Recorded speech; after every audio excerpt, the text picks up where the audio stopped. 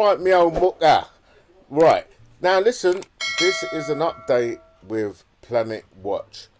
Planet Watch AMA November the 3rd, 2021. I haven't actually watched it yet, but I'll tell you what, let's watch it together. Because we all want to start earning those planets. Right? We all got our, various different devices, whether it's aware element or, all this other stuff. I mean, so many different damn names, man. But what we really want to see, we want to see this thing work.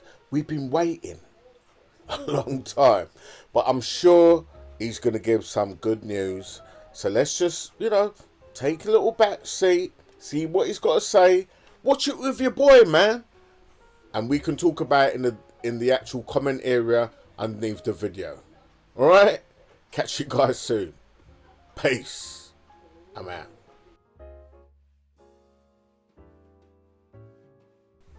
Hey Planet Watchers, how are you doing? Lots of things to discuss today, lots of news. So first things first, let me start with confirming that something that we already announced, namely that all paid purchase Type 3 and Type 1 sensors have been shipped by now. So either you have already received or it's coming very, very soon from your courier. Following this, we did release the new app. So it's been released on the stores. It is hitting national app stores gradually, which means that maybe it will appear first in the USA and then in Asia or vice versa. That doesn't depend on us, depends on Apple and Android. But it's coming, maybe by now it has hit all stores probably. So it is there. Now this app is a major, really, milestone for PlanetWatch. It has required an incredible amount of work, and I really want to pay tribute to our CTO Ivan and to all his technical team, because they've been working around the clock for several months on this app. So it is a big milestone for the company. And of course, please be a bit patient, as we are having a huge flood of app requests on the servers, and we are not yet Google, which means that we are scaling up resources in real time, because the amount of requests is really huge, a bit even higher than expected. So we are scaling up resources. The app should run smoothly after some settling period. So it will adjust soon and then will run smoothly. Okay, so that's about the app. And please, very, very important, do read carefully, please, our last 3 blog posts which refer to the app, the activation procedures. And only if after reading this post you really need support, then please do not send emails, which are not the right way to get support. Just open tickets and all tickets will be answered.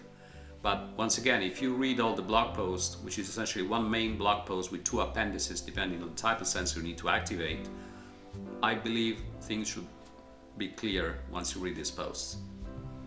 Okay, so next bit of information. Following the release of the app, it makes sense to launch the first technical AMA next week. So one person from the developer team will be able to answer all your app related questions. We'll put up a form and you will be able to submit your questions soon. Now let's come to a big issue which has raised lots of questions. KYC, know your customer, personal data. Okay, now I'll do my best to be as clear as possible. I want to discuss 2 points. First of all, why we introduced this, and then how it works. But I want to start from the why. So why? So as I mentioned some time ago, you should not think of PlanetWatch as a mining project. Why? Because in a typical crypto mining project, such as for example Bitcoin mining, users can use any piece of hardware as long as it can run the right algorithm, right? So you can build mining farms, why not? The more units you connect, the more money you can make. There is no way to cheat because the algorithm is secure, obviously, period. Now, PlanetWatch is something very different. PlanetWatch is a global environmental monitoring project based on big data with incentives for data contributors, Planet's tokens.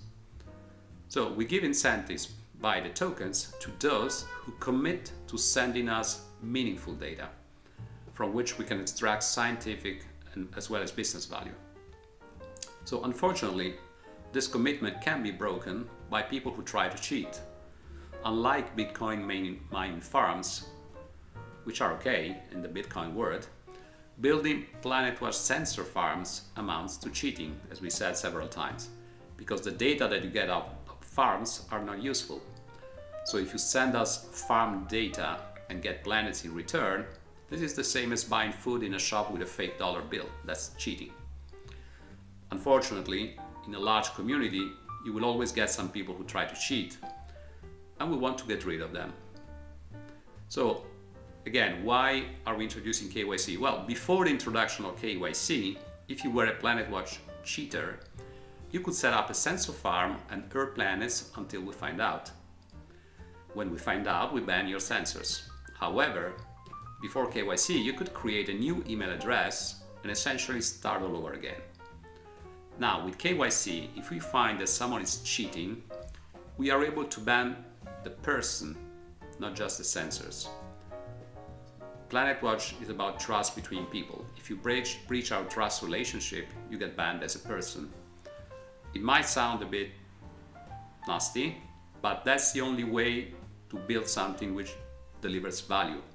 Our business, our project is about getting valuable data and extracting value from them. So we can't be forgiving with people who cheat about data quality, with people who pollute data quality. Okay, so the motivation for KYC is to be able to identify the human beings who are trying to game the system. It's as simple as that. Now, how does that work? Now, our KYC process uses a third-party service provider which specializes in the processing of personal data. It is a French company named Synapse. So they work for a number of companies, in particular for several crypto entities, including the likes of Bitfinex and Polkadot. They allowed me to release these names of customers. So they know what they're doing, and they are responsible for storing securely the KYC personal data on their servers, which are located in Europe. They are also responsible for implementing modifications asked by users. So many of you probably know that under European privacy regulations, you have the possibility to seek modifications or erasal of your personal data. So in compliance with this, Synapse would process such requests upon demand. So this is done in compliance with the European privacy laws, which are, I believe, among the most stringent in the world. Okay, the next thing I want to say, it is obvious to me, but it is worth stating probably.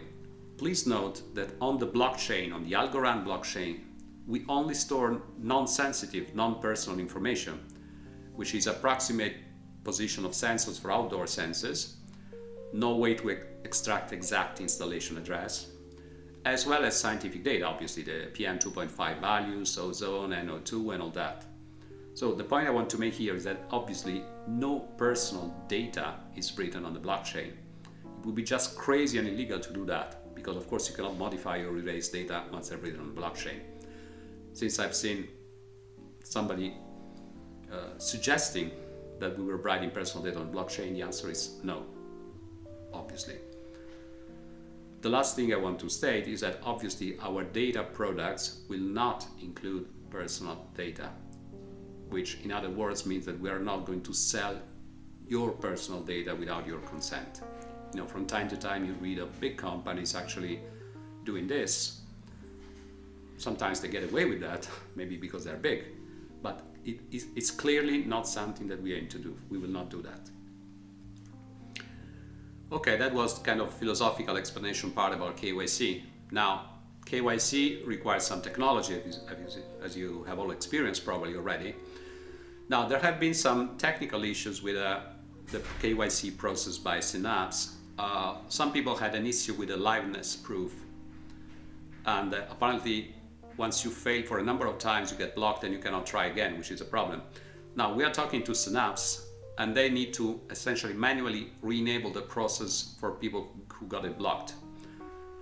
They are the only entity who can do that, and this might take a little bit of time. Please be patient. Let me use again one of my favorite slogans. PlanetWatch is not a race. Who earns first, who deploys first, who downloads first. We are rewarding, and we will be rewarding over time, long-term performance and long-term commitment. So if you lose half a day, 1 day, 2 days, because of whatever issue, believe me, that is not going to be relevant under any point of view, if you see what I mean. What is relevant is long-term commitment. Right, now I have a series of real user questions and I want to go through them.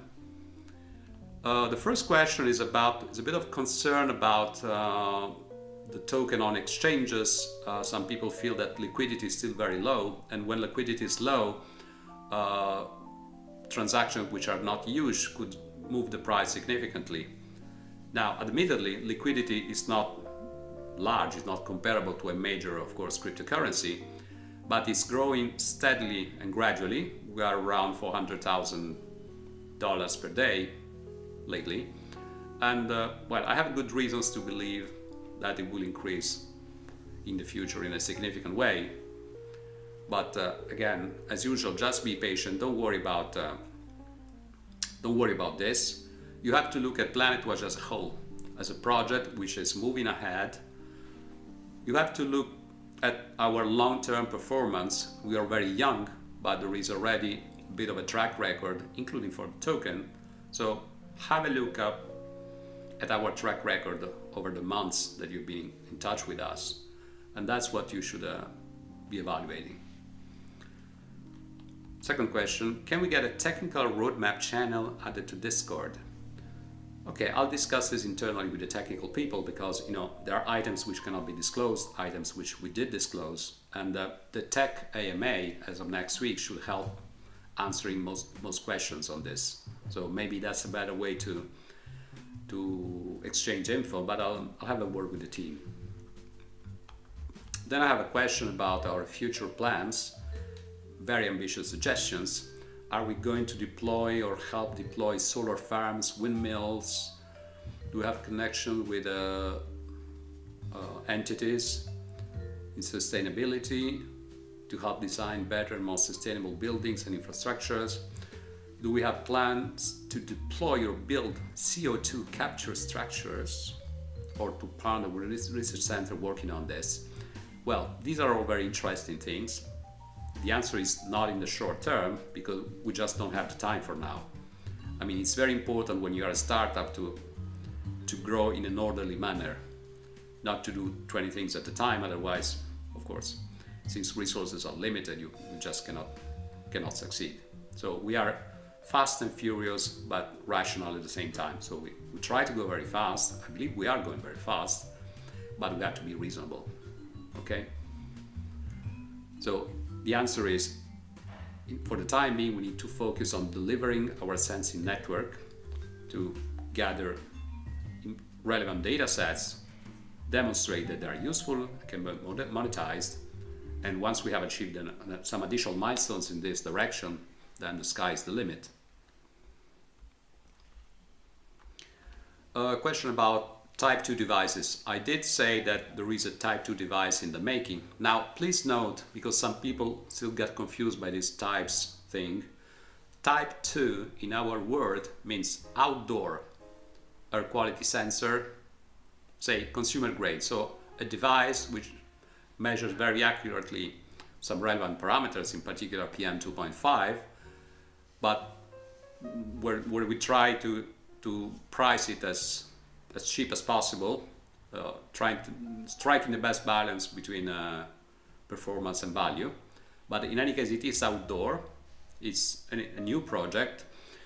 I believe in the coming weeks I might be able to share some design features, but I cannot promise sales of the device before the end of the year. We are trying to go very fast, because we believe it's a very cool device, and it fills a gap in our world, because at the moment we're not really offering any Type 2 device. So it's very important. It's an important project, but again, as usual, we need to get it right. But it's coming. Then there is a request for an update about Erquinos.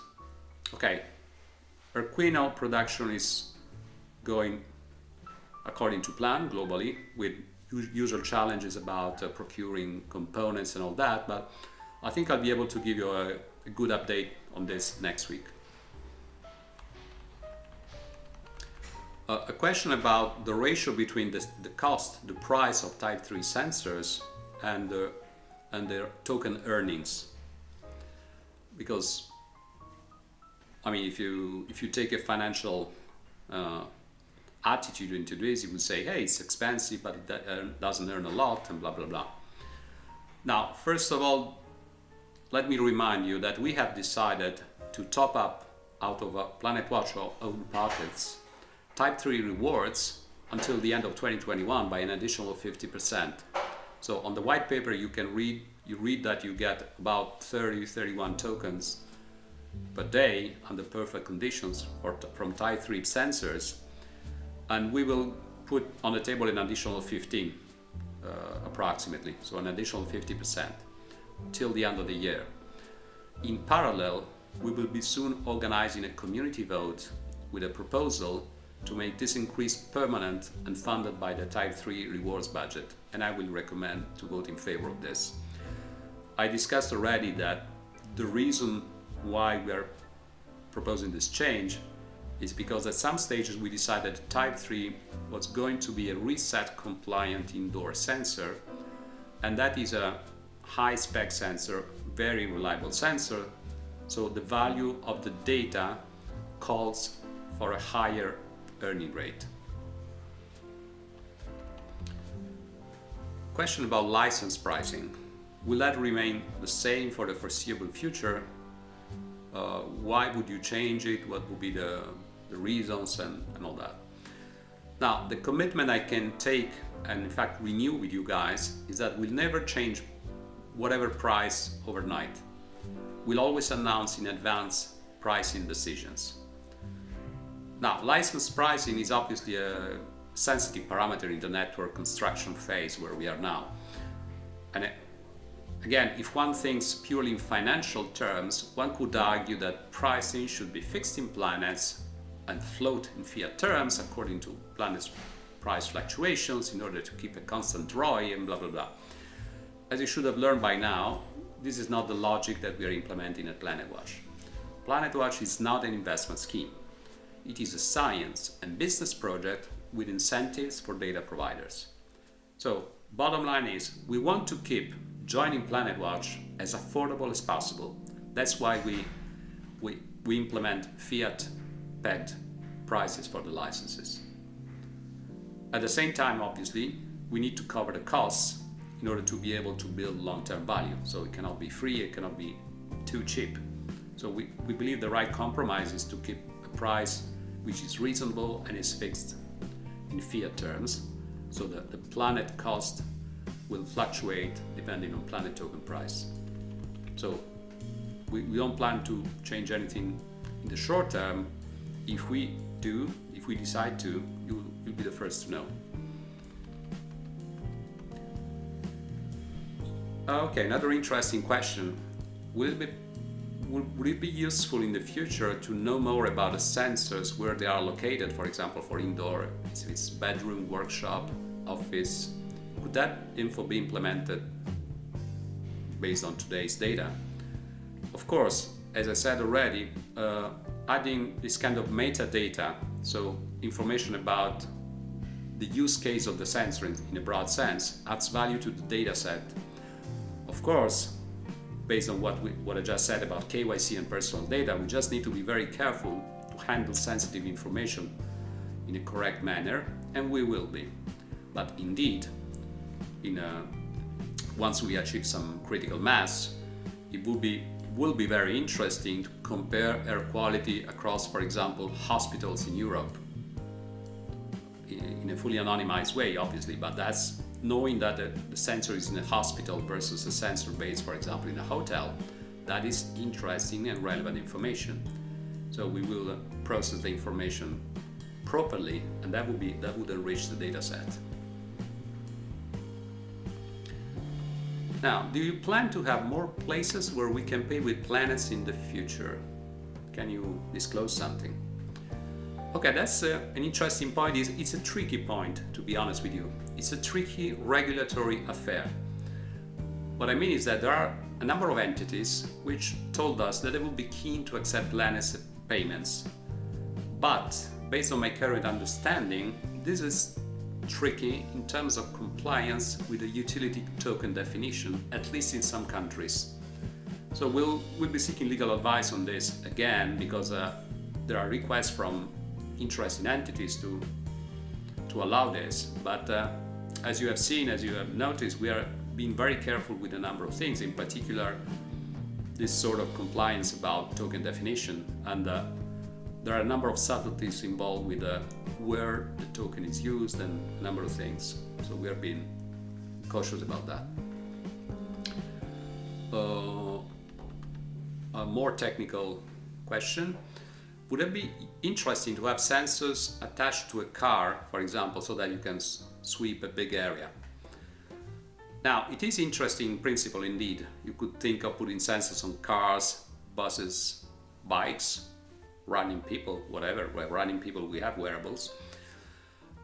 In theory, it's very interesting and very effective. In practice, there are some subtleties, some complications related to the airflow around a moving object. So measuring air quality from a fixed device, from maybe a fast-moving one, is not the same thing. There are issues related to the flow of the air near the sensor, if we talk obviously about outdoor monitoring. So doing this is feasible. It has been done, but it needs quite a bit of time for testing. On the other hand, what is very feasible, very interesting, and with no such issues, is indoor air quality monitoring in public transport and other vehicles. That is relevant, very interesting, and we have a number of discussions in progress. One more very interesting question. When will you plan to audit the project, and who will be the auditor? Well, I'm not sure what kind of audit the person is suggesting. We are, as you know, a French company. As such, we are regulated in the sense that we have the obligation to submit annual accounts. We have a number of obligations.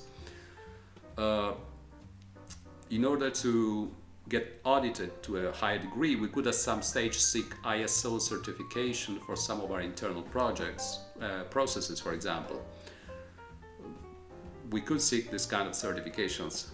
Well, sure enough, if we move in this direction, somebody will say that we are not decentralized, right? Well, I guess you can't make everybody happy. Next question is about concerns that if a crypto winter comes, the price of Planet might be impacted, and what happens if the token price falls, how can you survive, and things like that. Well, I've already commented on this. We have a lot of traction, a lot of interested parties supporting us, so we have adequate fiat resources. Of course, everything can happen.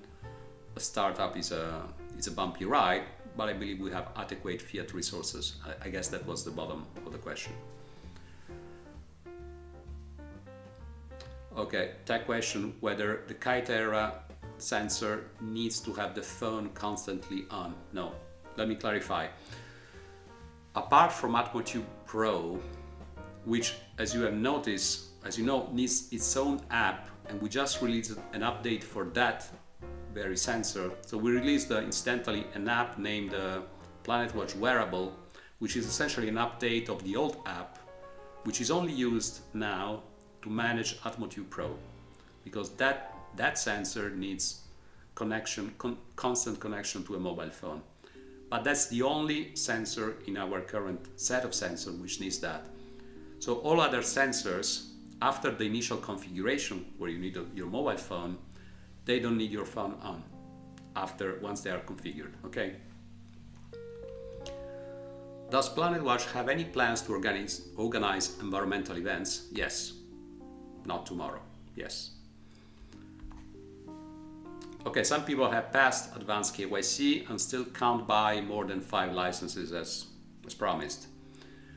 Now, we are processing requests as we speak. We have lots of requests. They have to be processed manually for the time being. So for the time being, you don't, once you pass advanced KYC, you also have to open a ticket and select the correct option if you want to buy more licenses. So it's not automatic. You do the KYC and you can buy. You need to open a ticket for the time being. We'll try to make that automatic as well. We also announced that at some point we will ask everybody to use a single email address, and somebody's getting worried about how do I merge my emails. As we wrote in a post, don't stress. This is not something to be implemented tomorrow. When we are ready to ask you to merge the emails, we will of course give you instructions about that. So relax. Okay, another question which is kind of a recurrent but worth an answer anyway. What is the use case for the Planet token? So why should people buy Planet tokens and not just sell tokens as soon as they earn them? Okay, all our products and services will either be payable directly in planets, and as you know, all our online sales are going to switch into planets only, as we announced, I believe, next week. For some corporate and governmental customers, we might bill them in fiat, because you can't ask the municipality to pay in Planet tokens. I think wherever you live, I think you can understand this.